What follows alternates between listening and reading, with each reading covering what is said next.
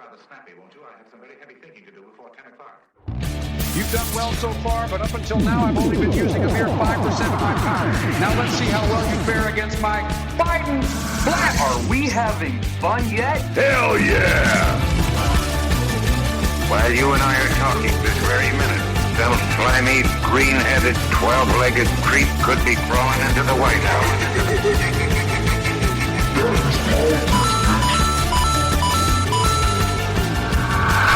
After all, if our national leaders were elected on the basis of tricky slogans, our country would be in a terrible mess. Hello, everyone, and welcome back to By the Ballot. I am your host, Matt Royer. Over the past week, we have been talking a lot about a highly anticipated document that was just released. And no, I am not talking about the Epstein files. We are obviously talking about the DNC autopsy that was written and put out by DNC insiders under the chairmanship of Ken Martin. The DNC released its 2024 autopsy, 192 pages, mentions of Gaza, 0, mentions of Biden's age, 0, substantive discussion of affordability, 1, parenthetical. The real scandal shouldn't just be that Gaza wasn't in the autopsy. It should be why the obvious factors weren't in there at all. You do not leave out the genocide, the age question, and the cost of living across 192 pages by mistake. You leave them out on purpose because naming them would mean admitting we got them wrong. Cycle after cycle, Dems look at our losses through a lens so myopic we can't seem to see why we lost when it's in bold fucking letters in front of us. And admitting we got something wrong is the one thing modern politics has decided it cannot survive. That is the actual story here. Not Gaza specifically, not Biden's age specifically. The story is that we have built a politics so terrified of looking weak that it would rather produce a 192-page document explaining nothing than write a single honest page that costs someone face. And once you see that instinct, you see it everywhere, in who we elevate and who we chase, and what we refuse to admit and how we refuse to fight. It is the same disease over and over, and the autopsy is just its latest and most expensive symptom. This is the through line. It's the through line I've been writing about for a year, so let me pull all of it in one place. We already ran this experiment, and it was called Future Forward. If you want to know what the save face instinct looks like when it has $1 billion, look at Future Forward. Future Forward was the super PAC anointed by Biden's campaign and inherited by Harris, the chosen vehicle for the party's biggest donors. Senior White House advisor Anita Dunn told the New York Times it had really earned its place as the preeminent super PAC of the 2024 effort. That blessing came with a message to donors: give to Future Forward and only Future Forward. It raised close to $1 billion across the PAC and its nonprofit arm. It sold those donors on a theory that persuasion advertising decays over time, so you hold your money and dump it all at the end, after testing every ad to death. In the first 5 months of 2024, while the main pro-Trump super PAC spent nearly $27 million defining the race, Future Forward spent about $83,000. It put roughly 3/4 of its ad money into the field after Labor Day. The anointment is the part that should bother us most because it built a body accountable to no one. One Democrat involved in the outside group world described the attitude in a single quote: they're anointed and they have a shitload of money, so they don't need other people. They think they have it all figured out. They have the keys and they're not using them. When you are the chosen vehicle, when donors are told to route everything to you, when your relationships with people at the top mean nobody can overrule you, there's no mechanism left to tell you that you are wrong. You have built a machine that cannot receive bad news. People warn them anyway, all year, in real time. The groups closest to the voters we needed begged for air cover and got turned away.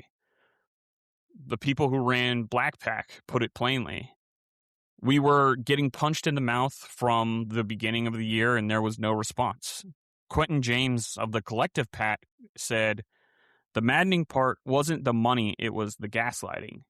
He says he told them to engage voters of color earlier, and they told him their testing showed the strategy was working. His question is the whole ballgame. Why are the red flags we are raising not coming up in your testing? Or is it you are ignoring them? That is not a fundraising problem or a math problem. That is a PR instinct in its purest form. An operation so in love with its own model and its own image of incompetence that when the people on the ground told them it was failing, they pointed at the data and the data disagreed. They ran the largest Spanish language ad campaign of the cycle, $30 million, and started it in October, and it still wasn't enough. And Trump gained Latino voters anyway. They produced more than 20 ads for every one that aired. One Democrat called it Moneyball without Billy Beane. They refused to spend defining Trump as a villain because their testing said negative ads underperformed. And the Trump campaign spent the year repairing his image while we sat on the money. And here's the part that should make every one of us uncomfortable, because it is not about what they did, but about what we are. We are the party that calls dark money a threat to democracy. Biden said it himself repeatedly, that dark money erodes public trust. Future Forward raised the bulk of its money through a nonprofit affiliate that does not disclose a single donor.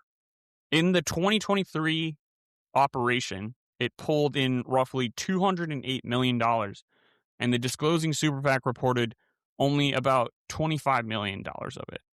The rest came through the dark we say that we are against.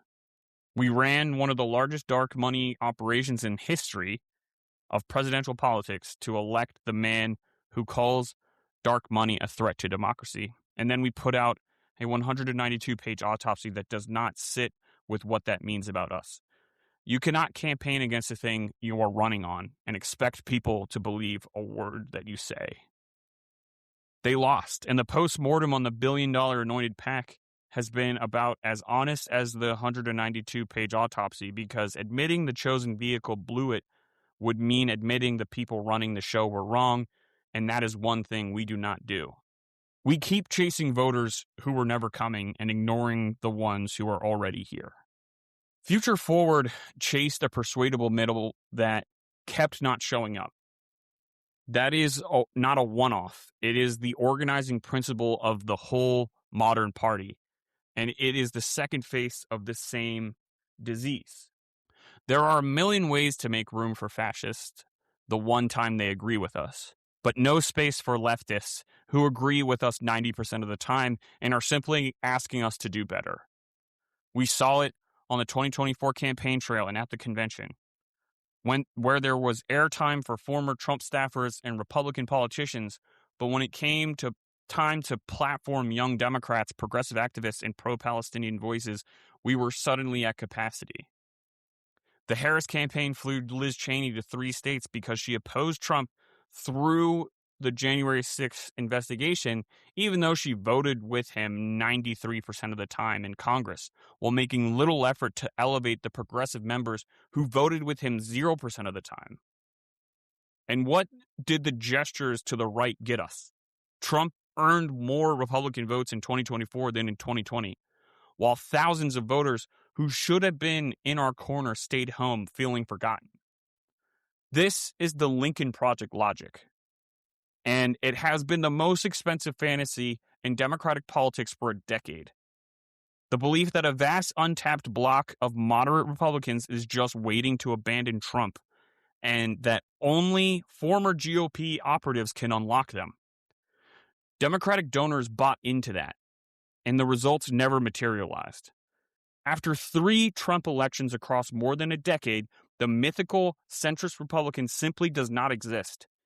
And yet we keep building billion-dollar operations and convention lineups around the search for them. Future Forward chased them with money. The convention chased them with a microphone. The result is the same. We court people who want little to do with us while pushing away the people who believe in our values and want us to go further. Opposing Trump is necessary, but it is not sufficient. The same instinct shows up in who we rush to the front of the line. Being anti-Trump is a baseline for moral clarity, not a qualification for leadership. But too often the party vaults former Republican operatives to the front simply because they had a late-stage epiphany, while overlooking the people who did the unglamorous work for decades. George Conway runs for Congress as a Democrat. Jeff Duncan runs for governor as a Democrat. Here in Virginia, former Republicans like Barbara Comstock stump for our candidates, the same Barbara Comstock who worked to repeal the Affordable Care Act and spent her career attacking Virginia's labor force. The pitch in every case is the same, of opposition to Trump. Beyond a few buzzwords about affordability or healthcare, there is little evidence of an actual shift in what these people believe. And the tell is loyalty. When the J. Jones text message story broke in Virginia, never Trumpers like Sarah Longwell and Tim Miller, people who once worked for Jeb Bush and inside Republican power structures, were the first to tell Virginia Democrats to throw our nominee overboard. At the first bump in the road, the converts wanted to toss the candidate we were supposed to be electing. That is not a loyalty problem with one or two people. It is what happens when you elevate novelty over consistency. You teach the next generation that the fastest path to influence is not organizing or believing in something, it is rebranding. Gratitude for someone leaving the GOP is not the same as deference to their judgment. Welcoming someone into the coalition is not the same as handing them the microphone, the strategy memo, and the leadership mantle on day one. The Democratic Party is not merely a reactive vehicle designed to oppose one man. We are not a temporary coalition formed in response to a single threat. We are a party with a governing philosophy, a moral framework, and a responsibility to deliver material change to people's lives. Trumpism exposed the rot in the Republican Party. It did not create it. The attacks on labor, reproductive freedom, voting rights, and economic regulation were all there long before Trump descended the escalator. If someone's political awakening begins and ends with Trump, that should invite scrutiny, not automatic elevation. There is a word that launders all of this into strategy that has reared its head over the last week alongside the autopsy. And the word is heterodoxy. It literally means deviating from the norm, from the set platform of a group. In practice, it is a word co-opted by DC consultants to tell people in places they have never lived how to run races they will never have to win. Strip it down, and heterodoxy is an excuse not to support the Democratic agenda. It makes it harder for us to define ourselves, harder for any voter to name what we stand for, because it exists to make excuses for moderate and wishy-washy and even contradictory stances on the issues people actually like. And look at who is bringing it to us. Former Republicans, the guy who brought us Fetterman. Do they really have our interest at heart? The tell is the direction. Heterodoxy never means nominating someone to your left or platforming the organizer who has been right since 2016. It only ever means moving right and going soft on the stuff people actually like. And they describe the voter to prescribe the party.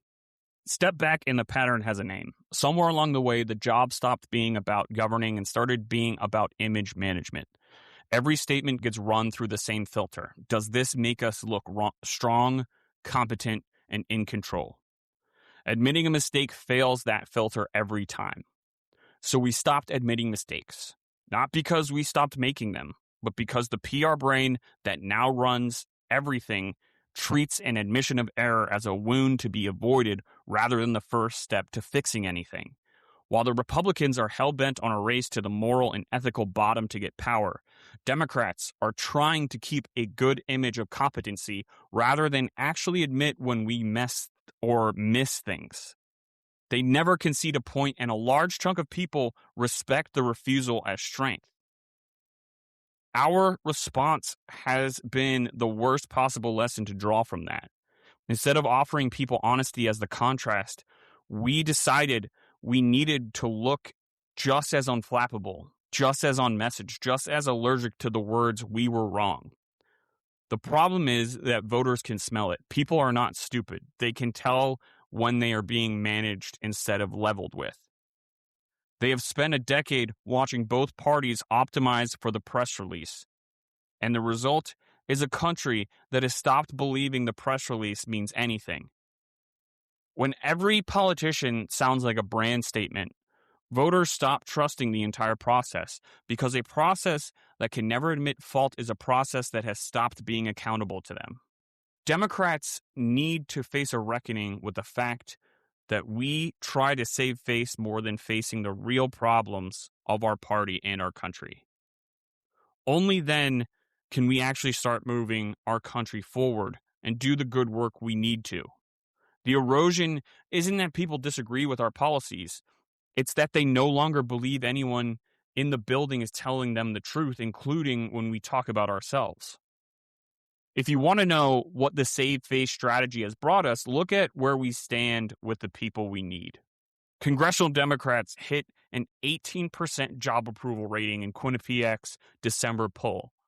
73% disapproved. That is the lowest number. That is the lowest that number has been since Quinnipiac started asking that question in 2009. The Wall Street Journal put the party's image at its worst point in over 3 decades of their polling, with 63% of voters saying we were out of touch with the everyday concerns of regular people. Net favorability has hit negative 32 in some surveys, the lowest of either party going back to at least 1996. Here's the part that should actually scare anyone running the place. The collapse is the loudest among our own. In Quinnipiac's October poll, 58% of Democrats approved of how Democrats in Congress were handling the job. 2 months later, that number was 42%. We lost 16 points of approval from our own voters in 8 weeks. That is not Republicans turning on us. That is the base looking at how we handled ourselves against Trump and concluding that we look weak, and they are not entirely wrong to see it that way. This is the thing voters figured out before we did. They see Republicans are strong and wrong, and they see us as weak and right. We may be more intelligent, more compassionate, more aligned with where history lands. None of it matters if we are perceived as people who will not fight. We confuse cleverness for courage. We write speeches about fighting fascism and then fold the second we might upset a donor or lose a polling point. When Trump and Musk gutted the federal workforce, we held rallies and then settled on a strongly worded letter. When they branded their reconciliation bill the one big beautiful bill, the most powerful response leadership could muster was to rename it the big ugly bill, which erased the MAGA fingerprints on it and did nothing to stop it. And it passed anyway. We rolled out a taco cart. We are wagging fingers on Sunday shows and subtweeting the GOP like it's high school while they bulldoze our rights without shame. The bright spots are the proof of what works. Cory Booker held the floor for 25 hours. Chris Van Hollen flew to El Salvador to find a constituent who had been deported without due process. Alex Padilla got tackled and cuffed confronting Secretary Noem. That is what fighting looks like. And it is exactly what the base is starving for. The lesson is not complicated. People will forgive you for losing a fight. They will not forgive you for refusing to have one. This is heterodoxy in policy form. Watch what happens when the party does try to talk about cost of living, because it is the same disease wearing a friendlier face. Affordability is the buzzword of the moment, and everyone has rushed to slap it on something. Senators have rolled out plans to exempt most middle-class households from federal income taxes, big sweeping numbers that sound like exactly what a squeezed family wants to hear. And then you read the fine print. These are regressive because higher earners pay steeper rates. They pocket more from a deduction. Under one of these proposals, a couple making $100,000 benefits 6 times as much as a couple making $50,000. We put the word affordability on a policy that hands the most help to the people who need it least. And we did it because the word polls well, not because the substance solves anything. That is saying the right thing and missing the actual thing. It is pandering dressed as populism. And the response to that slop is its own dodge. The centrist wing looks at the same affordability emergency and answers with a lecture about deficits, calling popular relief irresponsible and fiscally incoherent, as if caution were the same as courage. So we get a party where one side performs generosity it has not thought through, and the other side performs seriousness while offering nothing. And the entire argument happens over the head of the person who actually cannot make rent and just wants to know if anyone in the building is going to fight for them. We do not talk like real people anymore. We say defend democracy and combat fascism, while most voters just want to know if they can afford groceries, whether their kids are safe at school, whether the rent is going to jump again. Consumer sentiment just hit 44.8, the lowest reading in the 74-year history of the University of Michigan survey, lower than 2008, lower than the pandemic, with 57% of people naming high prices as the thing eroding their finances. And our answer is a gimmick tax cut that quietly favors the comfortable or a deficit sermon. Here's the thing neither side wants to say plainly, because it requires committing to something you then have to defend. The way you help working people is the unglamorous material stuff that puts money and security directly into their lives. Raising the minimum wage, repealing rights to work so workers can actually bargain for their wages, expanding Medicaid so a medical bill does not end a family. That agenda is popular. It helps the people who need it most. And you pay for it, honestly, by saying who pays. The reason we don't lead with it is not that it fails to test. It is that it requires us to make an argument and stand behind it. To tell people this is worth paying for and here is who pays. We would rather reach for the safe word than make the honest case. Affordability is becoming the new way to save face. And the biggest issue that we're not facing right now is that you cannot fundraise on a brand that nobody believes in. All of it shows up in money, which is where the save face strategy finally sends the invoice. The part a lot of people don't want to talk about is that we are fundraising nothing. And we are in a fundraising rut because of the average person's lack of confidence in congressional leadership and because the average person cannot afford to give the way they could in Trump's first term. Democratic small dollar fundraising peaked in 2020. ActBlue moved $4.3 billion that cycle, a once-in-a-generation surge from the pandemic, the George Floyd summer, and the peak revulsion at the first Trump term, all stacking at once. We treated it as the new normal, then spent every cycle since measuring ourselves against a number that was never going to repeat. The real trajectory, 2020 was $4.3 billion, 2022 was $3.5 billion, 2024 was $3.3 billion, and then down again. The grassroots did not vanish, and anyone telling you small dollar giving collapsed is lying. What is happening is slower and more dangerous. A steady erosion that tracks the one thing you cannot spreadsheet your way out of, which is belief. When your own base hands you an 18% approval and watches you look weak against Trump, they stop opening their wallets. You cannot fundraise your way out of a confidence problem. The money is downstream of the belief, and we keep trying to fix the money.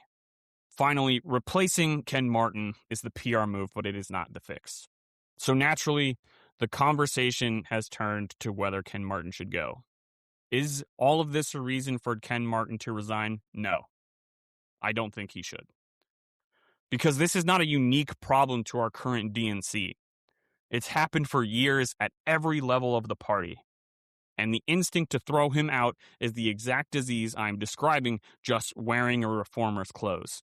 You can try to force Ken to resign or replace him with someone who will say what you want them to say, but who ultimately will not do as nearly good of a job at structure building internally, at fundraising, or at raising up and showing up for our state parties the way the former ASDC chair has.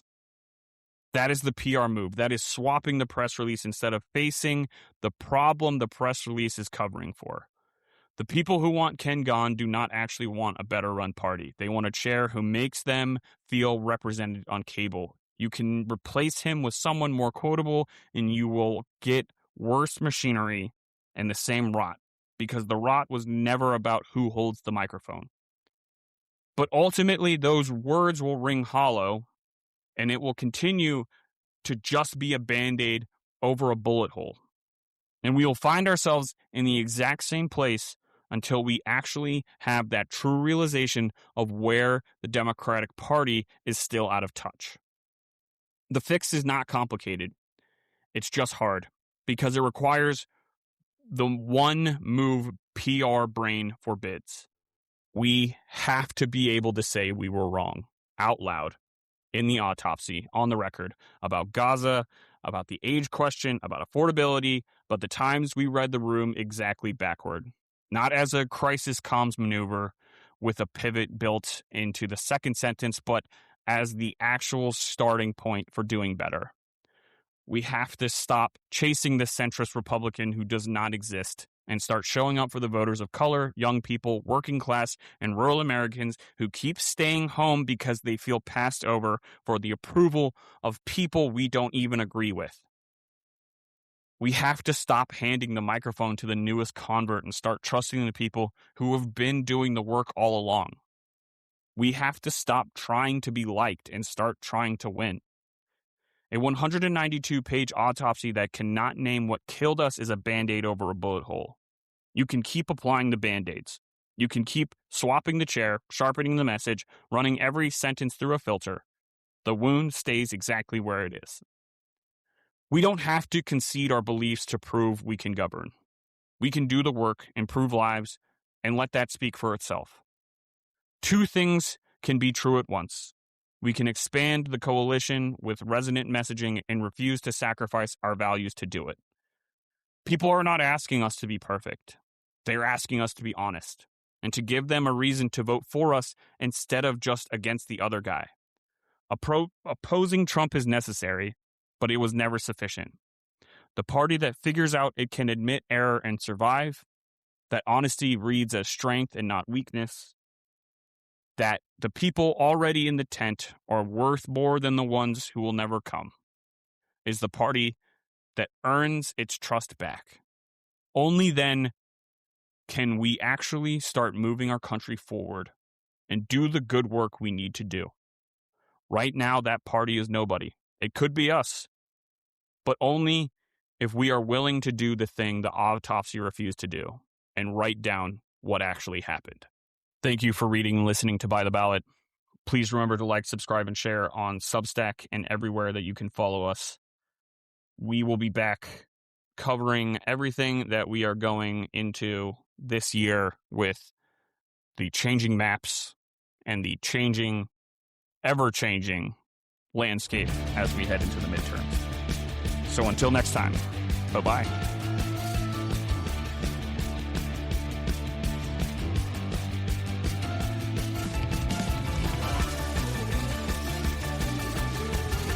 Thank you for reading and listening to By the Ballot. By the Ballot is an opinion series published on Substack, written, hosted, and produced by Matt Royer. Our theme music is Blah Blah Blah by The Revolution. All views expressed are solely those of the author and should not be interpreted as reporting or objective journalism or attributed to any other individual or organization. This publication represents personal commentary, analysis, and opinion only.